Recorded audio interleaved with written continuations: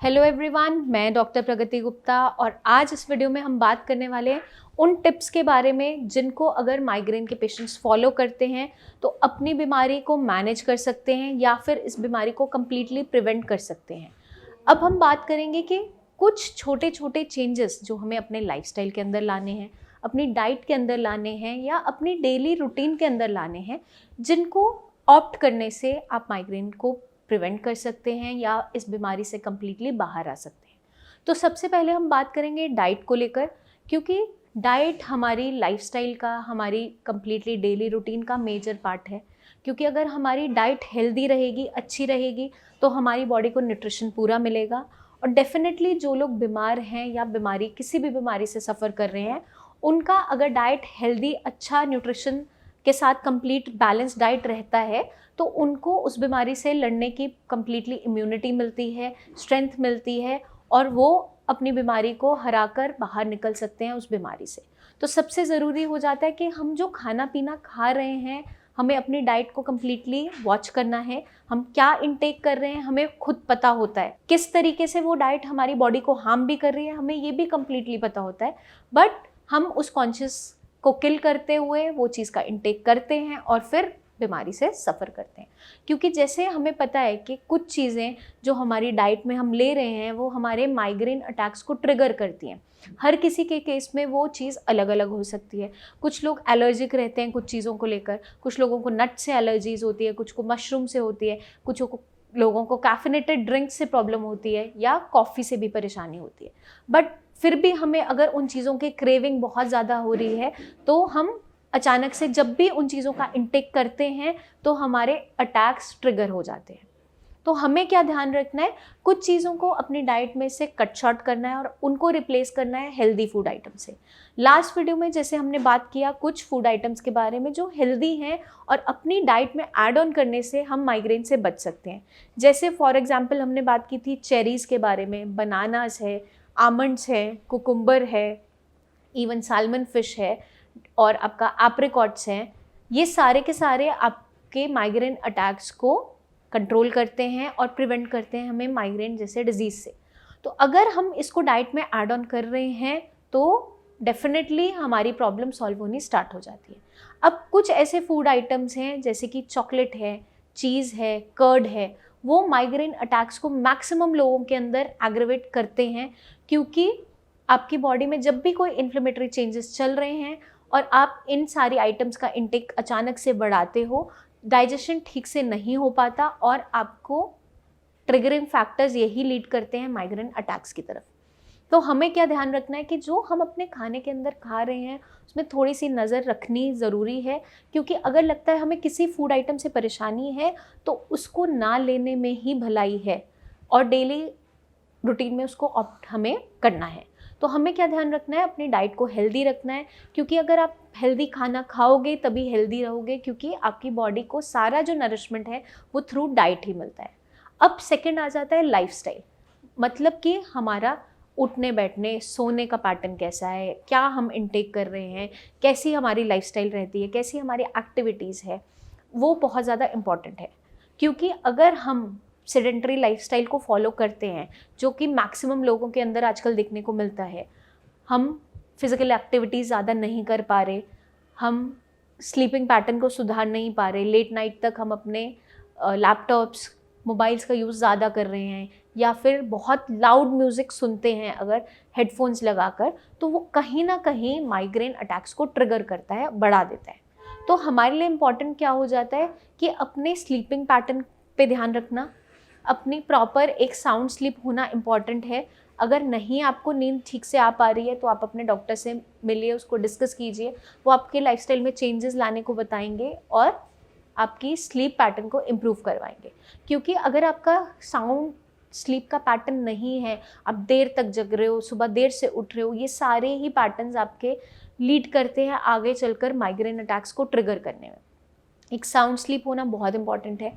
Physical activity, जैसे कि आपने अगर रात में खाना खाते ही आप सो रहे हो तो वो कहीं ना कहीं आपकी बॉडी को नुकसान ज़रूर पहुंचाएगी।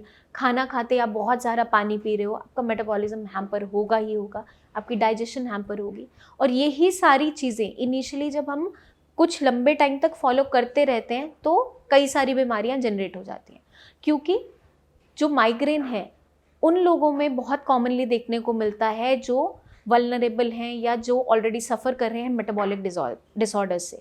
मेटाबॉलिक डिसऑर्डर्स के अंदर क्या आता है, आपका डायबिटीज़ हो गया, हाइपोथायरॉयडिज्म है, या हार्मोनल चेंजेस इन फीमेल्स जैसे पीसीओडी है, पॉलीसिस्टिक ओवरी डिजीज़। उसके अंदर भी हार्मोन्स में चेंजेस आने की वजह से मूड स्विंग्स होना, इरिटेबिलिटी होना, बहुत सारे कॉजेज देखने को मिल जाते हैं। अब जब ये ऐसे सिम्टम्स हमें देखने को मिलते हैं, वो लोग ज़्यादा प्रोन होते हैं माइग्रेन के लिए, क्योंकि बॉडी के अंदर बहुत सारे रिएक्शंस कॉन्टिन्यूसली होते चले जा रहे हैं। आप इरिटेबल रह रहे हो, आपकी बॉडी में स्ट्रेस बना हुआ है, आप ठीक से सो नहीं पा रहे हो, आप खाना ठीक से नहीं ले पा रहे हो, तो उस कंडीशन के अंदर वो लोग ज़्यादा प्रोन हैं आपका माइग्रेन अटैक्स को लेकर, माइग्रेन की बीमारी को डेवलप करने के लिए। तो हमें क्या ध्यान रखना है कि अगर हम किसी भी मेटाबॉलिक डिसऑर्डर से सफ़र कर रहे हैं, मान लीजिए हाइपोथायरॉयडिज्म है, बहुत कॉमनली फीमेल्स में मिलता है, बहुत सी पॉपुलेशन में मिल जाता है, डायबिटीज़ बहुत कॉमन डिजीज़ है, हर किसी में मिल रहा है, चाहे मेल है फीमेल है। तो हमें इन सब बीमारियों को मैनेज करते हुए चलना है, अपनी डाइट से, एक्सरसाइज से, जहाँ मेडिकेशंस की नीड है वहाँ मेडिकेशंस का रास्ता चुनना पड़ता है।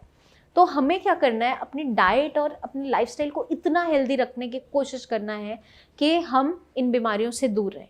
हर किसी का बिजी लाइफस्टाइल है, करियर ओरिएंटेड हर कोई है, एम्बिशियस हर कोई है, और एक रैट रेस हर जगह लगी हुई है कि मुझे हमेशा टॉप पे रहना है, मुझे हमेशा कंपटीशन इतना ज़्यादा हो चुका है कि लोगों में स्ट्रेस बहुत ज़्यादा बिल्डअप कर। बट उस स्ट्रेस से बाहर लाने के लिए अगर आप जब भी फ्री टाइम हो, क्योंकि अपने लिए आपको टाइम अपने आप निकालना ही पड़ेगा डेली रूटीन में, ऐसा नहीं है कि आप अपने लिए टाइम नहीं निकाल सकते। आप अपने लिए सिर्फ 1 घंटा भी अगर निकाल लेते हैं तो मोर देन सफिशिएंट है अपनी डेली रूटीन के लिए। उसमें आपको जो चीज़ पसंद है, चाहे वर्कआउट करना पसंद है वर्कआउट कीजिए, आपको गार्डनिंग पसंद है आप गार्डनिंग कीजिए, आपको म्यूज़िक सुनना पसंद है म्यूज़िक सुनिए, आप मेडिटेशन कर सकते हैं, आप एक्सरसाइज कर सकते हैं, आप बाहर घूमने जा सकते हैं। जो आपको पसंद है उसको ज़रूर अपनी लाइफस्टाइल में ऑप्ट करो। वो क्या हेल्प करेगी, आपके स्ट्रेस को रिलीव करने में मदद करेगी। क्योंकि अगर डेली रूटीन में स्ट्रेस कहीं ना कहीं बना ही रहता है, हर किसी का बहुत ही जो शेड्यूल है वो टाइट रहता है, वर्किंग आवर्स लंबी हो सकती हैं, आपका कॉन्टिन्यूसली सेडेंटरी लाइफस्टाइल है, आपको स्क्रीन टाइम बहुत ज़्यादा रहता है, आपको लैपटॉप पे वर्क करना पड़ता है। तो इस कंडीशन में अगर जैसे वर्क फ्रॉम होम बहुत लोगों का चल रहा है, उस टाइम में आप क्या करोगे, बीच बीच में शॉर्ट ब्रेक्स ले सकते हैं, बीच में अपना पोस्चर चेंज किया, हल्का सा वॉक किया, पानी अच्छे से पिया। क्योंकि अगर आप डिहाइड्रेटेड रहेंगे तो भी आप प्रोन हैं अपने माइग्रेन अटैक्स को लेकर। हाइड्रेटेड प्रॉपर रहना ज़रूरी है, तो अपने साथ में पानी की बॉटल ज़रूर रखो।